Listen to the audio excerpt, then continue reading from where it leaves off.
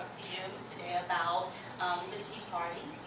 And the reason why I selected this subject is because when it came about, it was something that I always wanted to know about, a little bit more about, and I have a bias that has been somewhat diminished during my research, and I'll tell you why as I go along. And first I want to tell you about the history of the Tea Party.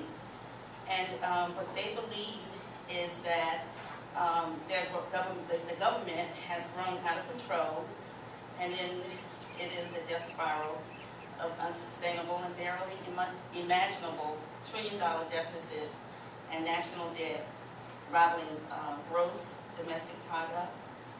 And they blame this, as you probably already know, on the current president of the United States. And they believe that the government has ignored the Constitution that defines Americans, and that they have, the government has invaded the liberty from which our nation was born.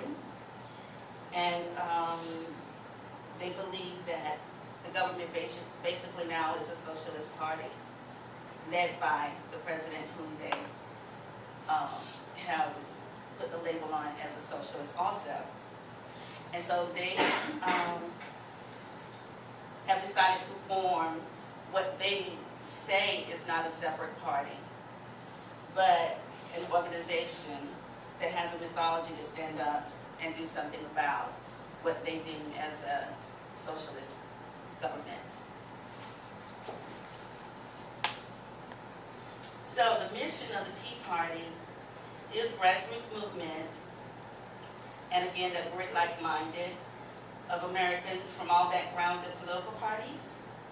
And a lot of people think that the Tea Party members are birthers, and actually they're not, but there are so many birthers, or what we call birtherism, in the Tea Party. And it is a movement, and they say that they're not looking to form a third political party, only to progress to what they believe is now. And so they believe in limited federal government, individual freedoms, personal responsibility, free markets, and they believe that they will return the power to the states and to the people. And so I'm sure that many of you have heard that term, take America back, or we want to take our country back.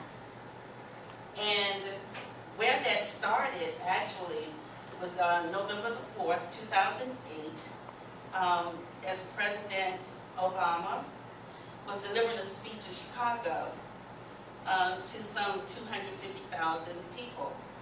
And he said that change has come to America. And some 40 miles away in Graceland, after Obama's victory speech, there was supposedly a woman who said to her husband that she felt like that Obama was going to fundamentally change America, and that she does not want this country to change. And she said that I love America the way it is, and now that the leader has said that we would fundamentally change, that she was not for that. So supposedly it came from Mrs. Nagy, who thought that our country was going to fundamentally change. Okay, so now we have some prominent Tea Party members. Starting from the top, Christine O'Donnell.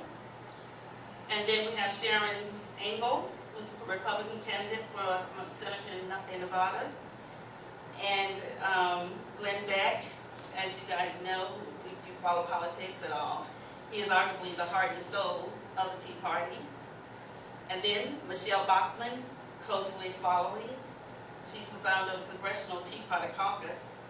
And Thomas Rhodes, Dick Armey, and Jenny Martin, who's an activist, and she was included on the 2010 Times list of most important people.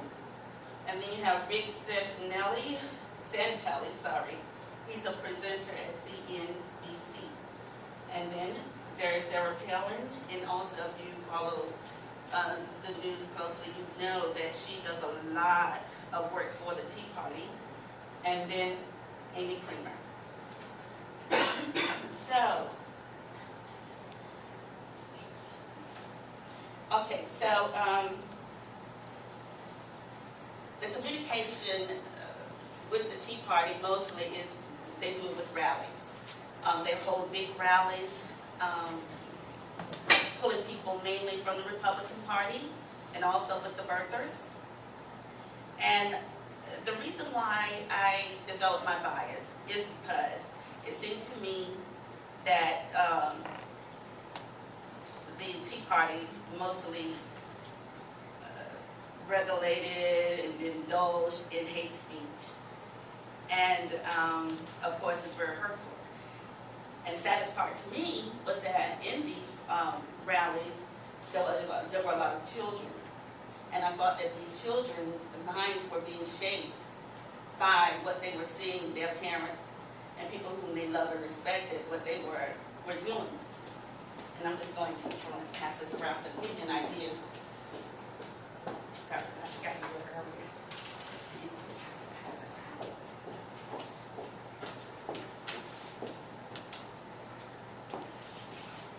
And there were many signs that I could have selected, but this is just a sampling of a couple. And they weren't even the more extreme. So initially when our president came to the White House, he and his family, there were many emails that were circulating, very hurtful, that was thought to come from the Tea Party, such as watermelons in the front lawn of the White House and so on and so forth. But that is where my bias began. So where I stand now, after doing my research, is that I don't believe that the hate speech and all of these hateful, spiteful things regarding racism and immigration is coming directly from the Tea Party members, but I do believe that they attract people of that sort of mindset. And unfortunately, they don't denounce it. So it's kind of like they're giving people with these extreme views, they're giving them a platform. But after researching, I'm going to give them the benefit of the doubt to say that since I could not specifically find anything that they are the ones who are promoting that hate speech, I will believe that, since I can't pinpoint it on them, that I will give them another opportunity to redeem themselves. And that is about all I have. I just wanted to relay that I have changed my mind a little bit. Thank you.